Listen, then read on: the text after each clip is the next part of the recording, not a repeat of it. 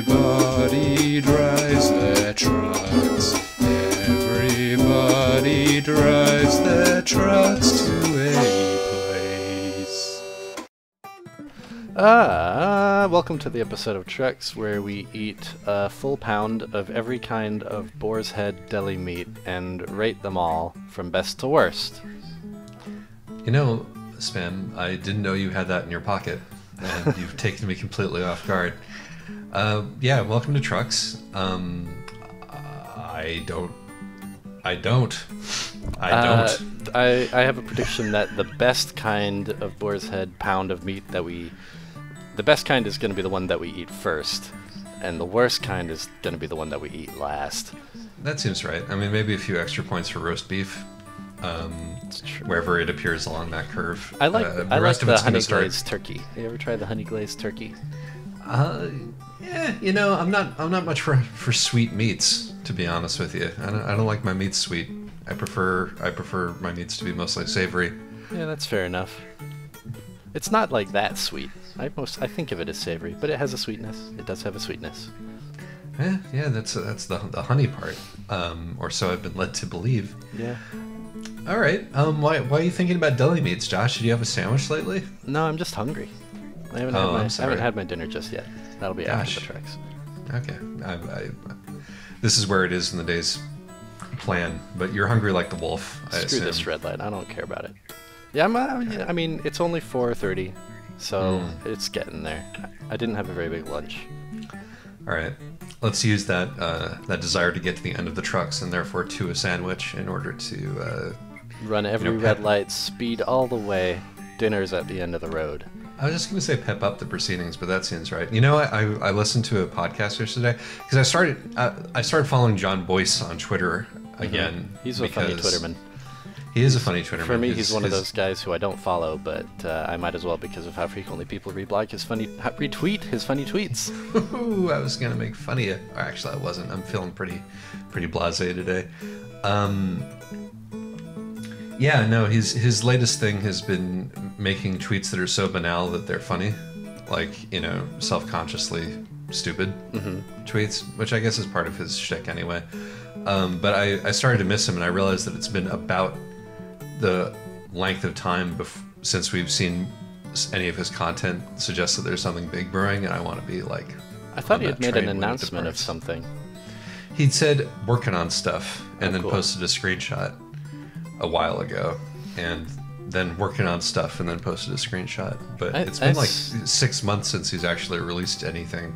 I still haven't read 1770, 76. Is that too many sevens?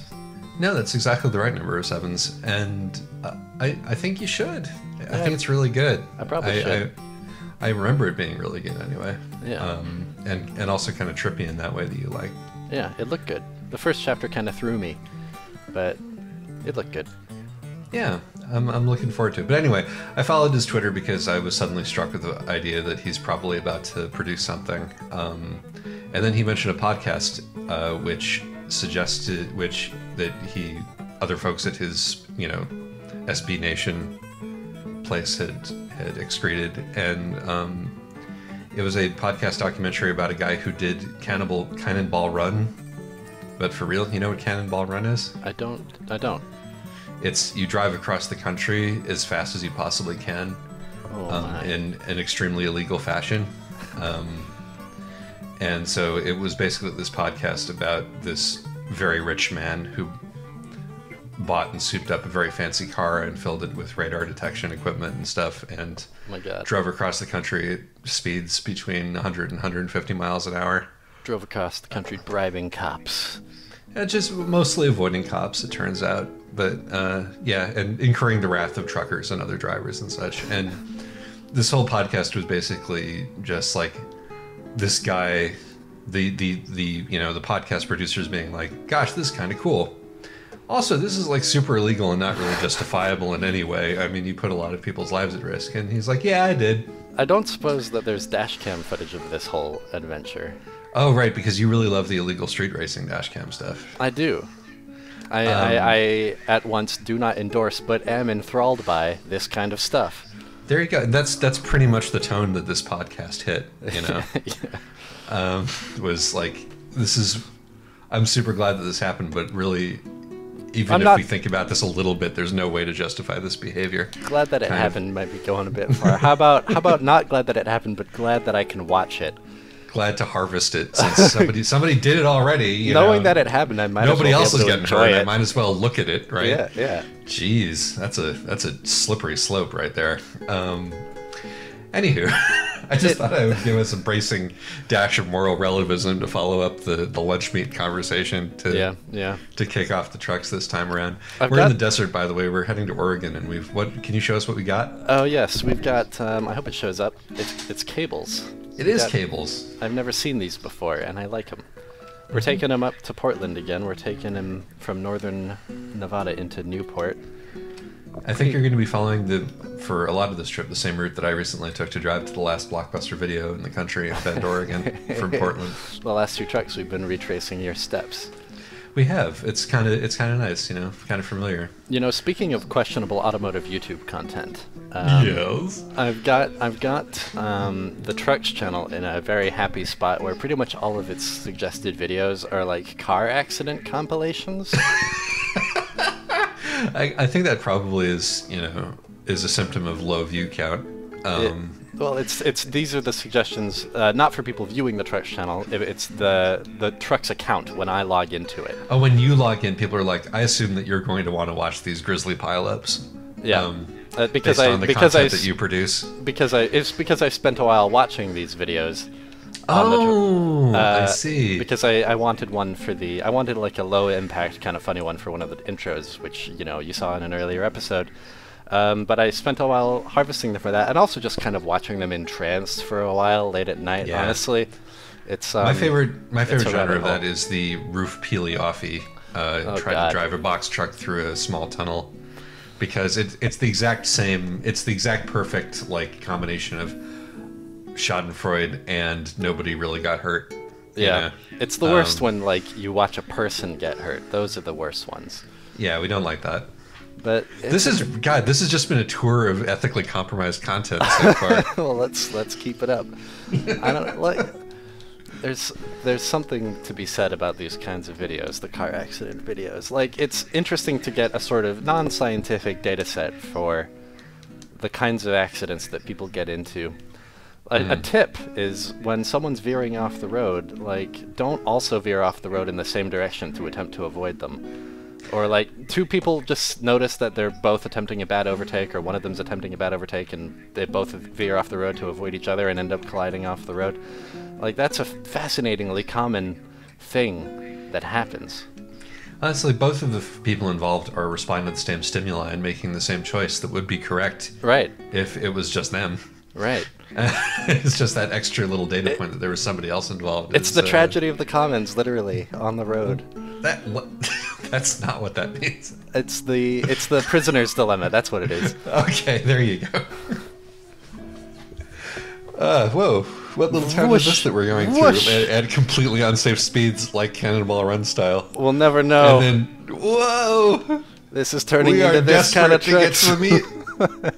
Oh, that billboard just kind of appeared in the distance. Anyway, all right. So we actually had some idea of what we were going to talk about with this truck. So we took a healthy bite of the discursive sandwich before we started. Mm-hmm. Since we did a politics trucks either last time or recently, depending on what order these go out in, let's do a quick recap of the election. It went okay. It went okay. A lot of good little stuff happened. Some good big stuff happened. Nothing that was too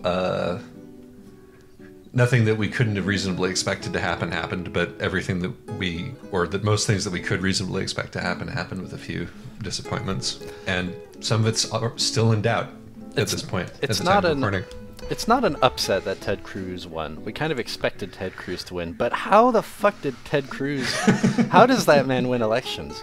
I think that he probably won't win another one. That's my guess. I think we're trending. Like, if you look at the congressional map of Texas, like the entire south and west of Texas is turning blue. Yeah. In addition to the urban metropoli. He would have lost hardcore if not for gerrymandering. Is the impression that I've received. I mean, you can't gerrymander a Senate race. It's a statewide election. Got it. No, that's not how that works.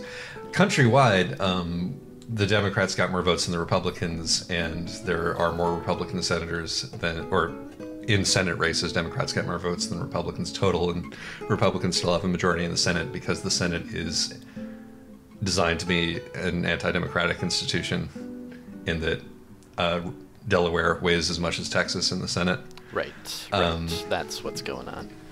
But that's because of how the Senate was designed and has functioned for the entirety of American history. Maybe not for too much longer. People are getting a little bit upset, but this whole sort of like resistance to democracy baked into our democracy thing is starting to seem a little bit whack when fascists are getting elected with not a majority of the vote. The game is no longer being played in good faith, or to the extent that it ever was, I suppose. Yeah, I mean, there's been, cheating for the entirety of American history, of course, because A, we're Americans, B, it's politics, C, it's history. But the stakes are getting to a point where we might want to start having a little bit of a discussion about why it is that we gave disproportionate power to small rural areas. But some states enacted anti-gerrymandering laws. Michigan is a big one that enacted a independent redistricting commission. So that's going to help with the House, make the House more actually representative of what's going on. Hold on. I have to go through a very complicated series of roads here. Okay, we're good. Good. All right. We're cool. I believe this is the way station. Yes, it is. We got a few cool representational anecdotes. It was a big one for women. It was a Native American lesbian former MMA fighter got elected to the House in Kansas. Yeah. Which is my favorite single data point. Colorado has a gay Jewish governor now, which is good. First openly gay governor in the history of the United States. First openly Jewish governor in the history of Colorado. We've got Scott Walker, the man who does not deserve that name. Look at this weird turn I'm about to make. Yeah, it's like you're on a teen. Whoa, gosh. All the way around. This is very accurate middle of nowhere style. Why you had all this room to design the road in a more sensible way? Why'd you do it like that? It's just so much room to be going on with somebody's property, maybe. Then Scott Walker lost, which is great because that is great. Scott Walker, basically Kansas and Wisconsin have been sort of the experiments in right-wing policy, and they've both failed. To stop at the way station. Excuse me. Where was the way station? With Isaac as my witness, I did stop at the way station. Oh wait, did I stop at a place you could sleep? Oh no. Gosh, yeah, we're so bad at this.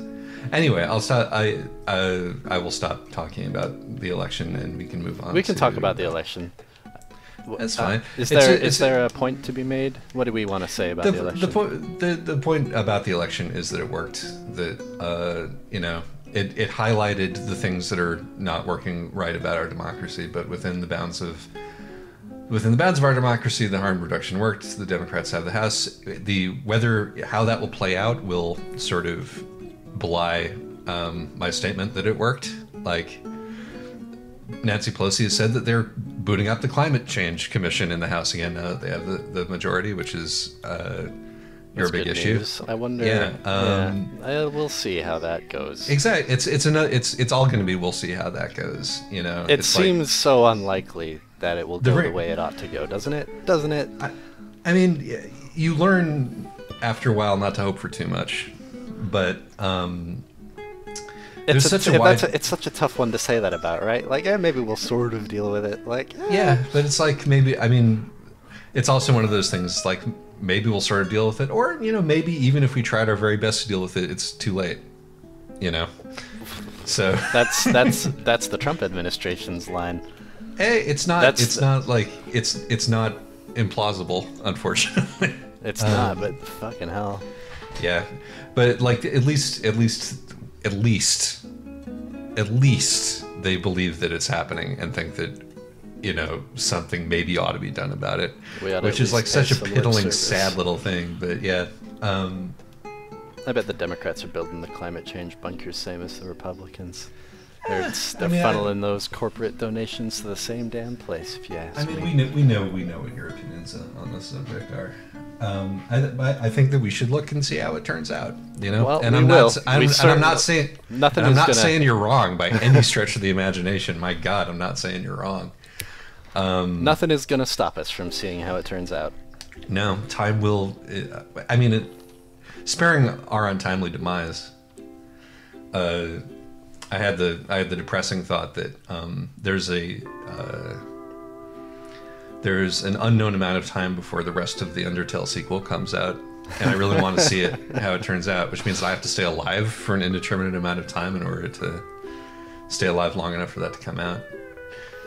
Which is, you know, that's a commitment like I wasn't prepared to make. Have we reached the point where climate change is polluting our thoughts about all media that we like? No, I think that's depression on my part, Josh. But I mean, you know, I'm sure that we'll be shitting out nerdy content until the very end in our bunkers. That'll be our consolation in the end. We're gonna have to People plan will to still do be a writing Trucks. fan fiction. We're gonna have to plan to do a Trucks where I don't have the opportunity to bring up climate change. Yeah, we'll do that. You didn't do it during the Adventure Time one, I think, even though the apocalypse literally happens in that show. For the sake of timeliness, that one's gonna have to come out after this one. So we're gonna we got two in a row. We promise no climate change in the next one. How about that? We can even redo that one. Honestly, I think that we could take a better crack in it than the crack that we took. I've seen more of the show now than I did then. I'm running out of fuel. As if I. Oh boy, there's plenty of problems today. Regardless. So like the outcomes that could follow on from this election include like Trump is indicted and impeached by the House, or the House rolls over and lets Trump continue to do everything that he wants to do, because it's the Democrats. They secretly want to. They're like curling up their tootsies.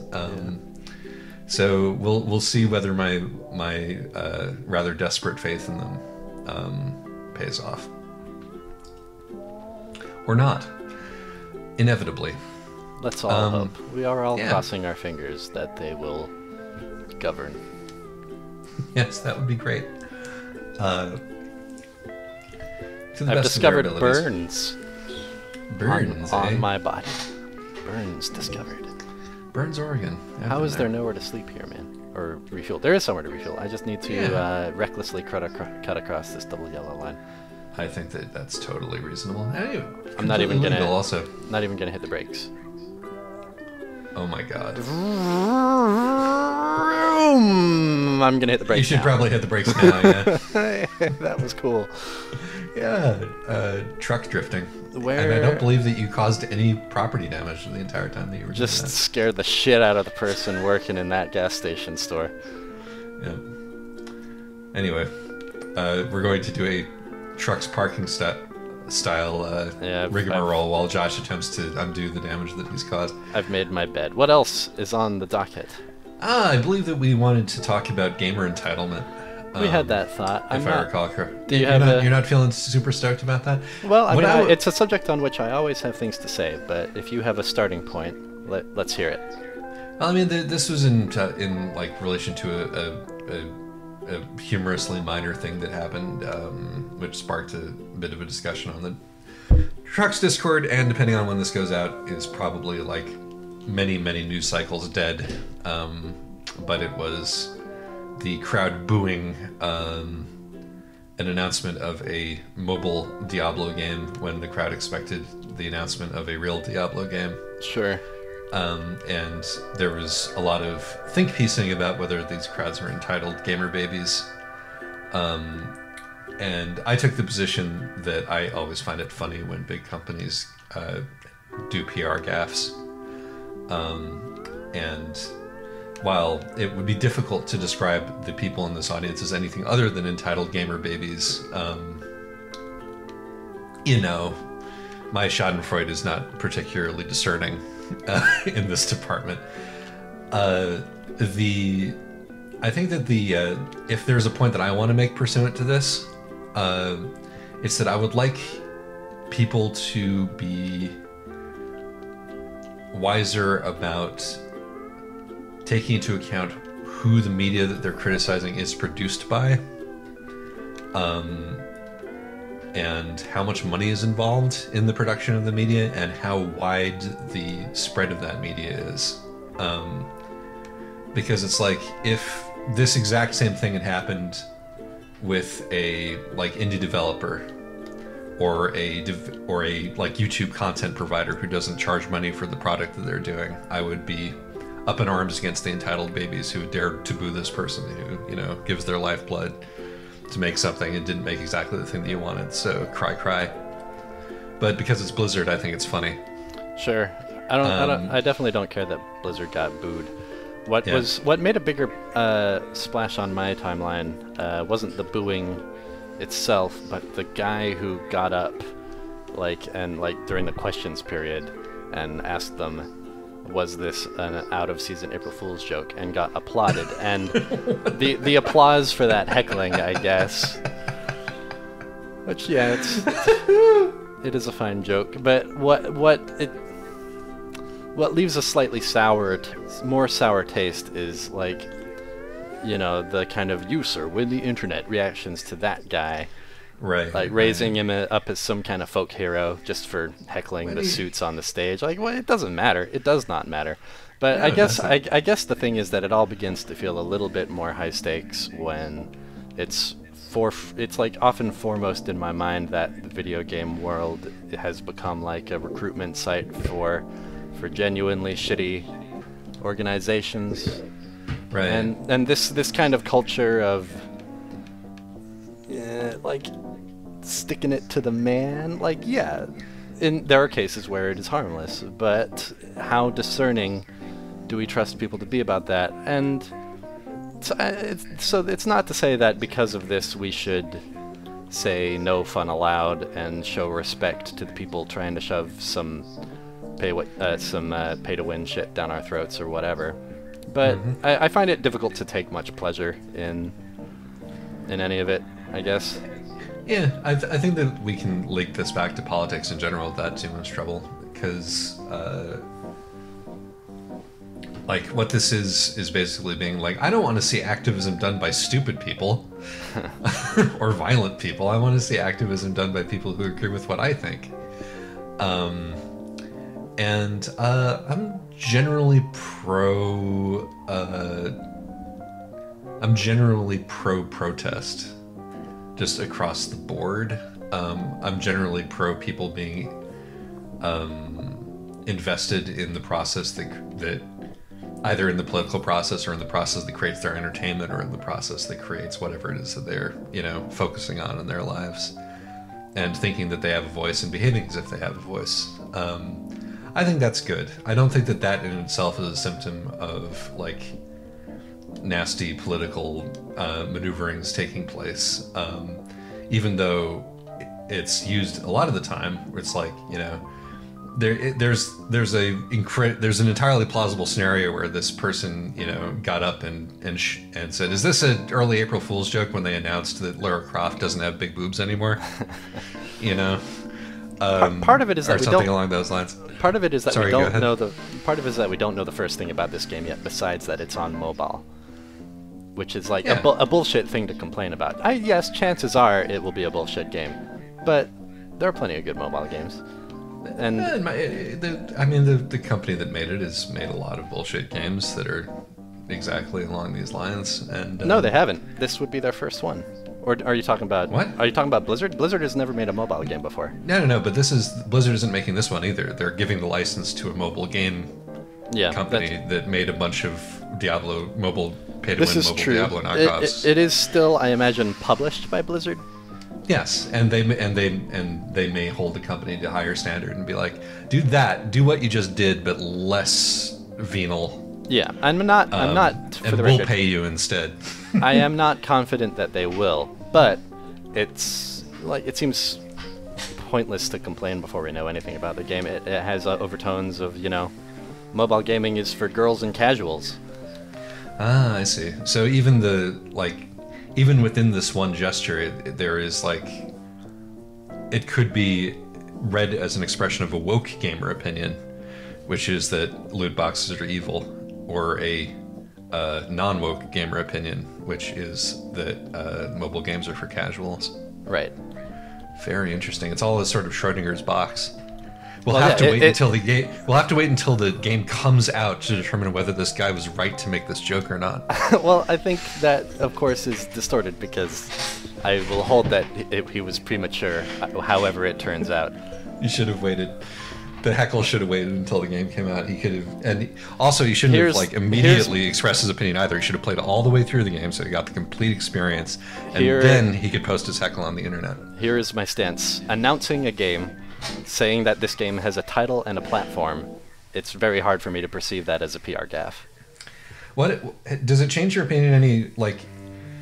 If this had happened at E3 or something, that's one thing. If it had happened at a press conference, it might be another thing. This happened at BlizzCon, i.e. at an event where everybody in this audience had paid money to Blizzard to be sitting in this room to hear the announcements. Does that change the tenor of it at all? Not meaningfully. I would disagree with that. I think that inviting your core fan base into this room and charging them money to be in that room changes your responsibility too. In terms of how you communicate to the people. I feel like that's basically what E3 is anyway. All right, fair enough. It's just so specific in this one, and those tickets aren't cheap, is my understanding. Yeah. Probably most of the people in there got through a press pass or whatever. Maybe some of them just really like Warcraft. Yeah, I'm sure there are a lot of people who really like Warcraft out there. Wouldn't it be funny if the World of Warcraft addicts were the people complaining about an exploitative mobile game? Oh, layers within layers. Yeah. Oh, Diablo hasn't been good since I was a child anyway. It's true. This is all stuff and nonsense, signifying nothing. Yeah, I broadly don't care about Diablo Immortal. Mm-hmm. This is a teachable moment. Yeah. And we just happen to think that it teaches different things. But you're also more invested in this community than I am, and therefore your opinion should probably carry more weight, if we're being honest. Who cares? Yeah, who cares? I mean, we were just talking about climate change. Now we're talking about this. Now we're talking about Diablo. Who cares? Who cares about Diablo Immortal? Honestly, who cares? Nobody cares. But to tangent off where I was hoping to tangent off with this initially, in terms of call out of bad media, in terms of just people being angry about media, I wish people would pay more attention to how many people are going to see the piece of media. Are they actually going to attract more attention to the piece of media by doing the call out than otherwise would be paying attention to it by doing it? Folks seem to have a real simple understanding of if I don't agree with the content that is expressed in this particular piece of media, I should protest it without being okay, who is it made by? Who is it for? What kind of audience is it going to reach? Are people going to profit off of this? Is this reifying cultural tropes in a big way, or is it just polluting a particular community that I'm part of, or is nobody trying to draw attention to it at all except me who saw it and got upset? I'd just like people to be more mindful of that. That's my 2 cents. That's not really a conversation starter, I guess, because that's true. just me expressing an opinion. There is no way that Diablo Immortal would have made headlines if people hadn't complained about it. Yeah, there's that. Now people know there's a Diablo game coming out for the phone. Although I did see an ad at some place, but the ad did not mention that it was for the phone. Now people are better informed about this product. I certainly wouldn't have known anything about the developer or any of that background without this miniature kerfuffle. Yeah. Mobile games Maybe can be bringing good. more eyes to a thing is always a good idea. You Sorry, know, go ahead. I'm still playing a fucking heck of a lot of Syncope House. I think I don't know if a day has gone by since that game came out for my iPhone that I haven't played it at least a little bit. Yeah, yeah, it's a good game. Definitely a good game. What a perfect little sitting on the toilet game that is. Mm. Oh, holy shit. Pink Eye Simulator 2018. I just felt a need to say a word in support of mobile games. Yeah.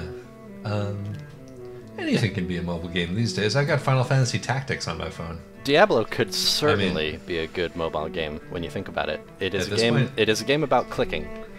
Yeah, and that's like one of the major things that phones are good at. Yeah. You know, you put that on a tablet or one of those big phones. Yeah. Get a bit more screen in there. It's like, what more do you want? Unfortunately, the Final Fantasy Tactics interface does not really lend itself well to having to click individually every time that you want something to happen, and so it's a bit tedious. Yeah. But it's not a bad idea as a general matter. Monster Hunter can play well on a phone. So I'm inclined to believe that with enough ingenuity, just about anything can play well on a phone. Gosh, I'm surrounded by people who have video game obsessions that I don't share. I got the Monster Hunter friends on one side and the Pokemon Go friends on the other. I think that's maybe a personality test. Never the twain shall meet. It's not actually a personality test. It's a how coordinated are you test. But how invested are you in this process? Hey, here's a thing. Okay. I kind of am considering buying a Switch, Josh. Oh. I'm thinking about it. Because it's a console that wouldn't require me to also have a TV or a big screen in my house because it comes with a screen. Yeah. And some of the games that are on it seem like they're pretty good. Yeah. I could play new Smash on the internet. True. Yeah. You have to pay a little bit for the online service, but not much. What? It's like, I think it's like a very small amount. It's like $10 a year or something like that. But Oh, yeah, okay. it was free when the Switch launched. It's no longer free. Which is a They've- bit of there's a PR gaffe for you. There's like Nintendo. Well, I hadn't heard about it. The way to announce it should have been like, and to an extent they did say it this way. It was like when the Switch came out, and because our online shit isn't fully baked yet, we're gonna make it free for the first year this thing is out. But then they kind of said that when it came out. But then a year later they said, "New, you can pay for our online service." Huh. Well, you know. Classic Nintendo stuff. really. Nintendo Nintendo's bad at communicating with normal people, just as a general matter, I think. Yeah, yeah. Nintendo feels like the most something is lost in translation of any games company. But you don't see people giving them a hard time on stage because they don't go up on stage and announce Exactly. their shit anymore.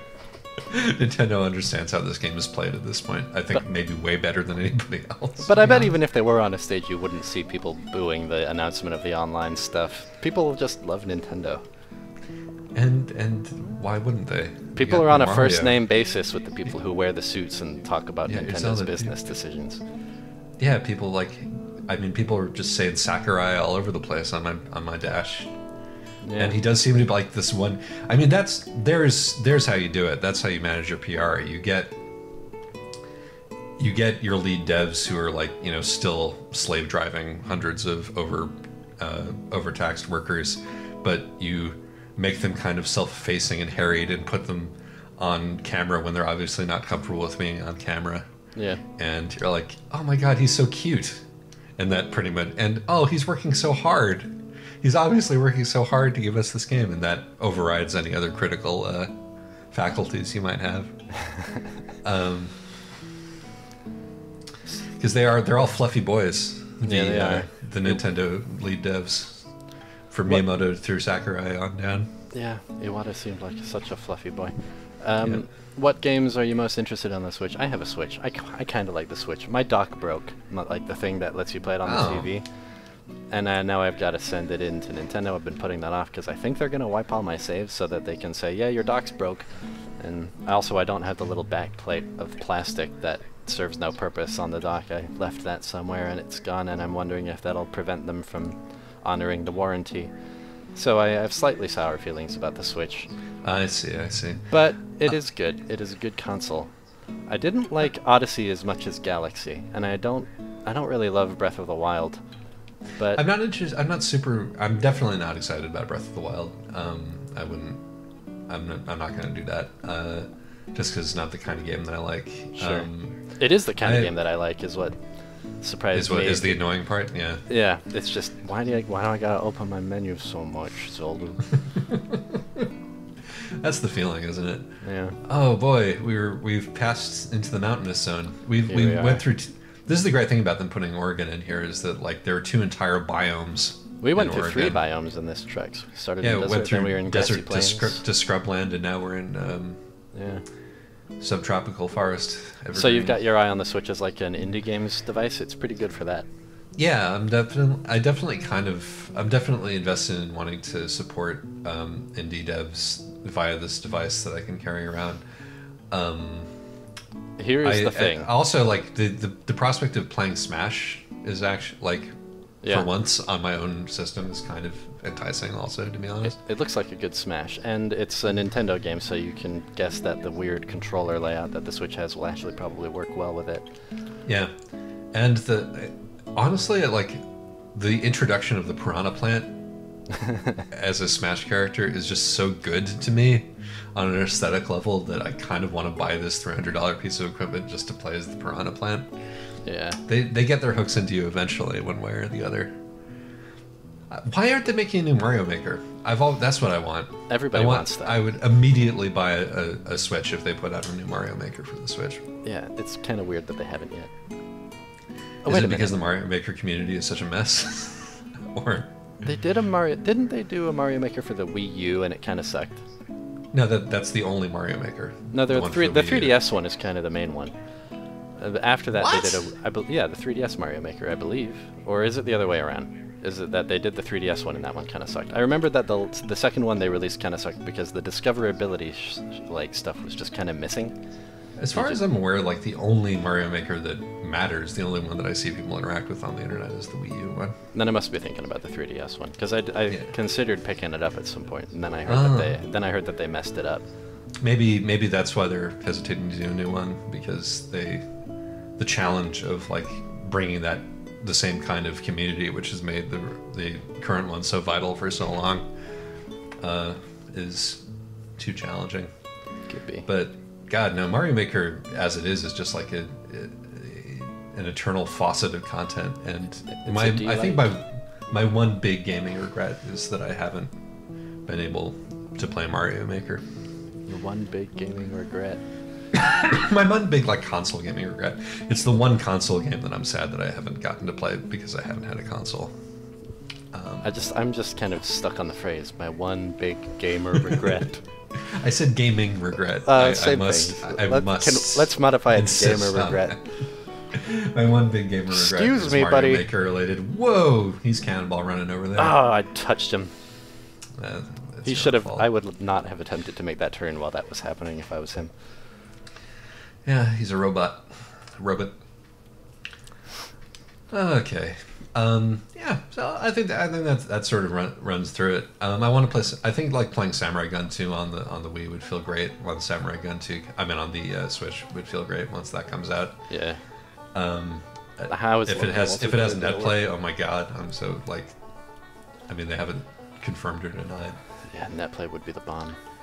Yeah, I've been having a lot of fun playing Duck Game on the Discord, although I know your opinions about Duck Game. But I want to have that experience in Samurai Gun, which, although is less wacky, is considerably more game-like than Duck Game is. Let's get the Discord into Lethal League Blaze. Let's have a The fucking Lethal League Blaze ladder. The problem is that it's a $30 game. It's a $20 game. $20? Is it 20? Regardless, like Duck Game is a $13 game, and therefore, spreading copies of it around has been less of an ask. But Lethal League is more than twice as good as Duck Game. I would say that's probably accurate. Like if you want a competitive, robust gaming experience, but I think that what we are mostly doing in the Discord with Duck Game is participating in a slapstick simulator. Yep. And I think that makes it a better party game. Yep. Although, if I recall correctly, when you get 4 people at once playing Lethal League, it becomes more like a slapstick simulator. But It's true. I think it would be a harder sell, to be honest. I think that it would also privilege skill more than Duck Game does. I mean, that and game one of privileges skill quite a bit, really. But Olive was pulling off some insane shots last time we played. Shout out to Olive and his Duck Game skills. Shout on out to his Olive trucks. and his German ping, for fuck's sake. All traveling backwards in time to shoot me. I get decent pings to Germany. Living here on the East Coast, I can play with the West Coast and Europe equally well. There you go. There you go. Yeah, no, but I mean, and this is my argument for how good a game Duck Game is. Like, Kat, shout out to Kat from the Discord, has a beautiful style of play that is nothing like Olive's style of play, and is basically focused on creating as much chaos as possible, but is also extremely effective. You can actually develop distinct strats and playstyles in Duck Game. It's that deep. There's definitely room for expression in that thing. Absolutely. And not just in the dedicated quack button, which is a feature that more games should have. But regardless, I think Lethal League would be a harder sell. It's stylish, but it's also less immediately hilarious. It's very I mean, I'd love to play it. I'd also like just destroy all of the noobs at it, as we demonstrated the last time I played you at it. So that would feel good for me. Oh, I'm gonna rematch you in Lethal League, and I am going to destroy you. Oh, have you been training up? Not much. Are you? Then I will believe it when I see it. I have played some ranked matches though. It's surprisingly fun to do. Just it has this, kind of what you'd expect from a fighting game ranking system, and that matches you up against randos of a theoretically similar skill level, and it's like a great time actually. Cool. Maybe I'll spend a little bit of time doing that. Are you ready to slam dunk this truck directly into the parking spot, or maybe off this cliff? Ah! Everything's fine. Gosh, it's a real shame that fence did not react the way that an actual fence would. Oh, hey, we're delivering these cables to like this logging camp out in the middle of nowhere. Look at this place. This sawmill. Epic. Talk Very about cool. epic. Can I run this over? No, we're not going to find out because I successfully steered around it. Gosh, this is pretty. It I is do live in a pretty. pretty state, I gotta say. Yeah. And this game has successfully captured the prettiness. Ooh, you had a good angle on it right there. Not anymore. For some reason, I'm obsessed with staying in my lane even though there's nobody else here. We gotta make the donuts. And the mountains in the distance. It's also familiar.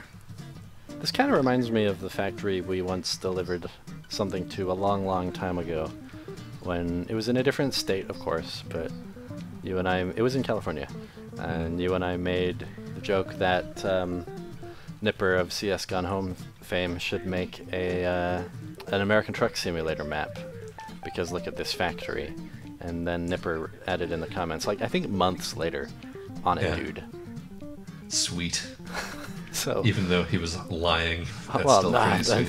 Hopefully the map is in progress. It would make sense. Excuse me. Oh, it's opening. There I we go. was feeling all put Technology. upon. I was like, I'm not allowed in? Wow, this is a restricted area. Authorized personnel only. Somehow they've been tricked into letting you and me in. The revolution begins in this sawmill. I have to reverse into that. Yes, you do. Just like a real truck driver. This is like a very detailed place. It doesn't make a lot of sense given what we're delivering, but Yeah. let's just run with it. I had something to say. Oh yeah, what would be good is if, although like significantly more impossible, would be to do a battle royale in Trucksland. I bet someone's done it. There are multiplayer mods for this game. The size of the map, you would maybe you could just do it in miniature San Francisco or something and the surrounding areas, but that would be good. somebody's already gone to all this work of rendering, America. It's Might as well not. turn It's it not into all the connected up though. military hellscape that it is. Yeah, no, you need to focus on Highways. you need to focus on highways and connect. You need to like pick a city essentially, and then fill in the gaps in the surrounding countryside. See, at first I thought you had meant that they should do Battle Royale in trucks, and that's what I bet somebody has done. Who Somebody gets has run off the road last. Weaponized the trucks, and I mean, at that point, you might as well put guns on them. Yeah. Oh man, that's an idea. Actually, that's a legit idea. Like, what's those games called? Oh yeah, Twisted Metal. Twisted Metal meets Battle Royale. Whoa! Just like it's about as Mad Max as you can get right there. Yeah. God, we're just $1 million idea factory over here. Yeah. Do not steal. You got to pay us for that one. We're patenting it. Well, as it We're looks, I think patenting you're this idea, which we explicitly described as an existing media property. as something that probably exists. Yes, exactly. Well, I mean, that's how it works. I mean, we're DJing up this thing. It's now a distinct property. Oh, you're doing this pretty well. Hey, you're done. It took a while, but I got there. That wasn't so long by normal standards, and we did an excellent job this time. For how many car accidents I got into in this run, I'm glad it counted as excellent. Yeah, you just digged a few people. Nothing serious. Cables delivered from Winnemucca to Newport. Do you not think they had any damn cables in Portland anywhere? We don't have a huge. I'm sorry, I don't mean giant Portland, I mean- manufacturing base in Portland. I mean Oregon. The state of Oregon. Cables. No cables in Oregon. They're all in Winnemucca, dude. They're all in Winnemucca. That's where they make the cables. Fine Winnemucca cables. You're really undermining the whole premise of trucks when you're saying, surely they already had the stuff there that we're delivering. Why are we delivering the stuff? Just in the state somewhere. A full-size state. I mean, Maybe- I guess in maybe- I mean, it was Trucksland, Northern where all the- California or Nevada even. Nevada is not that far away. It's not far enough away from Oregon where it's like if somebody has a huge pile of cheap cables in Nevada, it's going to be cheaper to take one of Yeah, those cables yeah. and trucking it up to Oregon, And it makes all the more sense when all the states are the size of large parks. That's very true. We did that very quickly. Well, all right. Any closing thoughts, Mr. Josh? This is a relatively low-key meandery trucks, but not a bad one, I think.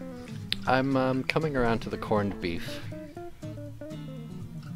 I thought you were always around to the. Oh, like in terms of the. Yeah, I getcha. I thought you were talking about the best breakfast. Oh yeah, no, I'm totally with you in terms of the best breakfast being the corned beef hash, but that's not Boar's Head corned beef. No, that's significantly different. That's like Hormel canned corned beef under the best circumstances. No, I appreciate that. It is the beef, though. You got to admit it's the beef. It's the beef. For sandwiches, it's got to be the beef. I usually go for the turkey, actually. Trying to cut down my beef intake as much as I can, manage, which is only some. I gotta tell you, dude. You may have heard some folks saying about how beef is a really inefficient way to turn a land into food, but on scrublands where there isn't a whole lot of water, beef actually is the most efficient way to do it. Interesting. It's only partly for sustainability reasons. It's also for cholesterol reasons. Yeah, that and it's like that. It's three separate reasons, none of which on their own would have gotten me to do it. But it's those two plus eating mammals is starting to make me feel sad. Oh my God, you're developing the mammal sadness. Yeah. Well, that's cool. I mean, that's probably good for you in the long run. Yeah. Birds, though, I don't care. Birds, I'll eat. Yeah, I mean, you're a terrible hypocrite. Because those birds have just as many thoughts, feelings, and emotions as yeah, but I cow don't does. understand them as readily, so it's all fine. Well, you know how I feel about that. But yeah, you heard it here, folks. Folks first. Josh is sad about eating mammals, and may stop eating burgers from the Burger King at some point. It's a tall order, but that's the hope. All right. They're right there. They're right there. And Good with luck. that, Good luck, man. Bye. thank you. Bye.